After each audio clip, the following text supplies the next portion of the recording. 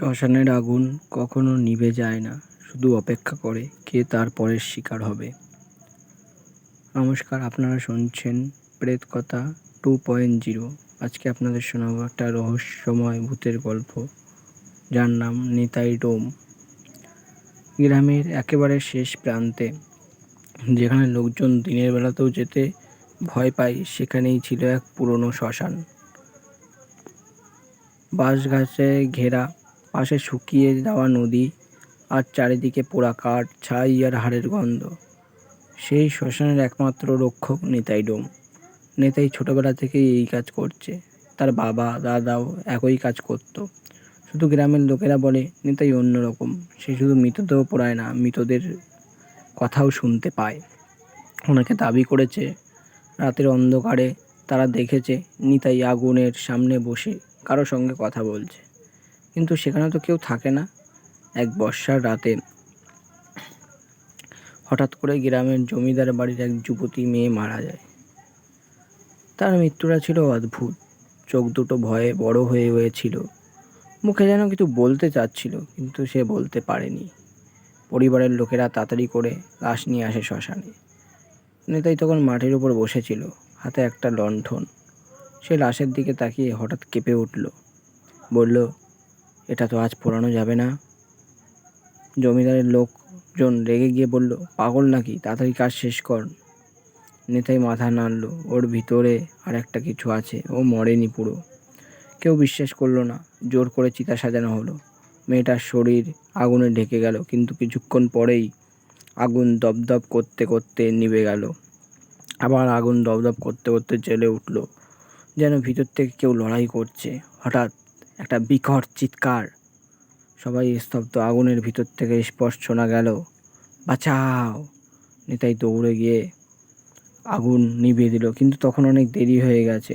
শরীরটা অর্ধেক পুড়ে গেছে, তার মুখটা ভয়ঙ্করভাবে বিকৃত। সেই রাত থেকেই অদ্ভুত ঘটনা শুরু হলো।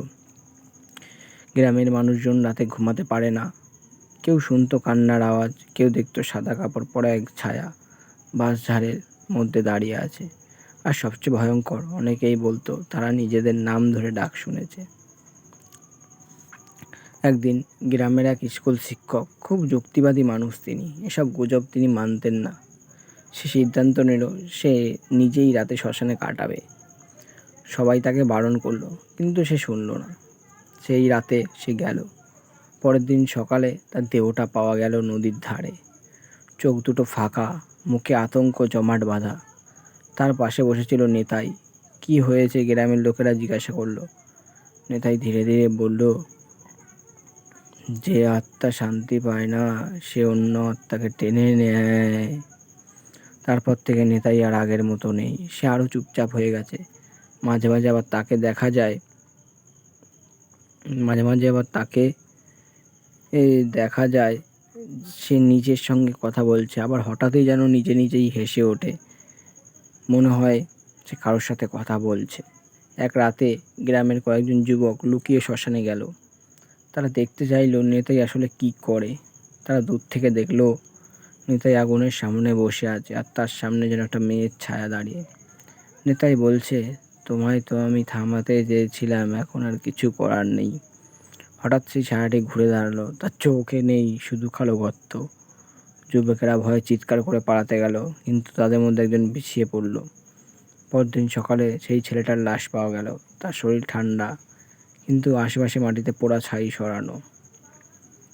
তার মুখে এক অভিব্যক্তি, অসহ্য ভয়। নেতাই তখন শ্মশানের ধারে বসেছিল। সে আকাশের দিকে তাকিয়ে বলল, আমি শুধু আগুন জ্বালাই, কিন্তু আগুন কাকে নেবে সেটা আমি ঠিক করি না। আজও সেই গ্রামে রাতে কেউ শ্মশানের দিকে যায় না।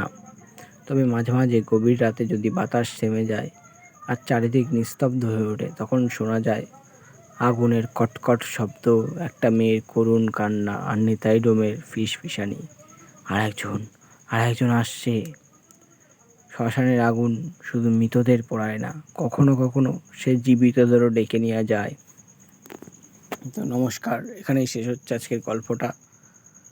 আপনাদের কেমন লাগলো অবশ্যই কমেন্ট করে জানাবেন। আর এমন ধরনের যদি কোনো ভৌতিক ঘটনা আপনাদের কাছে থাকে, অবশ্যই করে আমাদেরকে পাঠাবেন। আমরা সেটা এখানে পড়ে শোনাবো। আর গল্পটি ভালো লাগলে অবশ্যই লাইক, কমেন্ট এবং সাবস্ক্রাইব করে নেবেন। ধন্যবাদ।